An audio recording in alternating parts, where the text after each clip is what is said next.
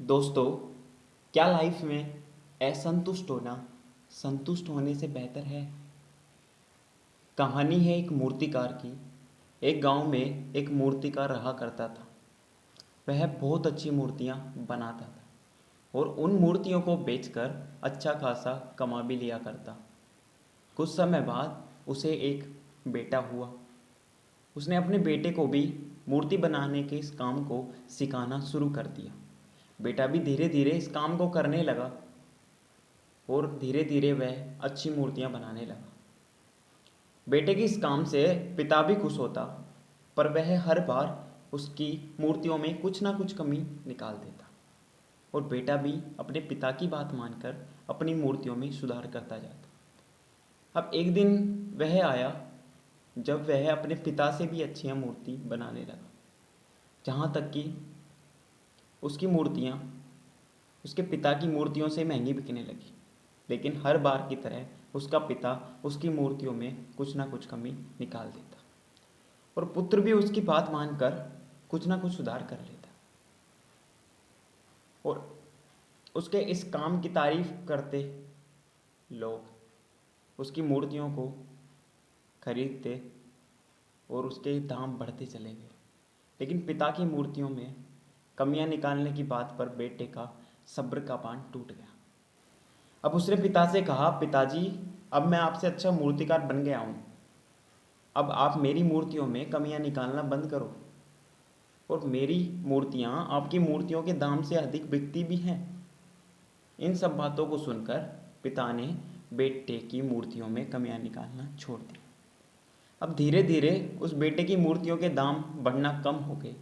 अब उसकी तारीफ भी नहीं होती है और वह परेशान हो गया। परेशानी में वह अपने पिता के पास जाता है। वो बोलता है कि पिताजी, क्या आपको पता था कि ऐसा होगा? तो पिता ने कहा, बेटे, हाँ, मुझे पता था।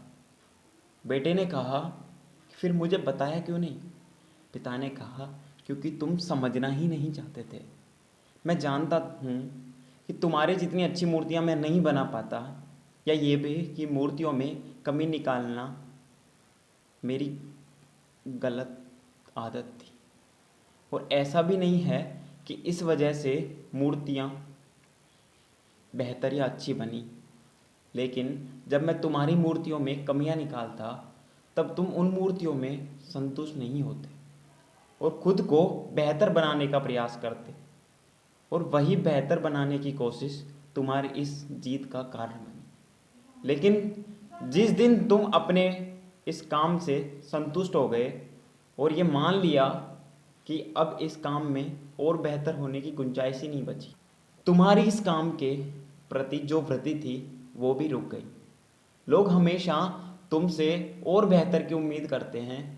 यही कारण है कि तुम्हारी मूर्तियों की अब ज़्यादा तारीफ नहीं होती और ना ही ज़्यादा दाम मिलता है। बेटा सोच में डूब गया और फिर पिता से पूछा कि मैं क्या करूं पिताजी? पिता ने कहा, असंतुष्ट होना सीख लो।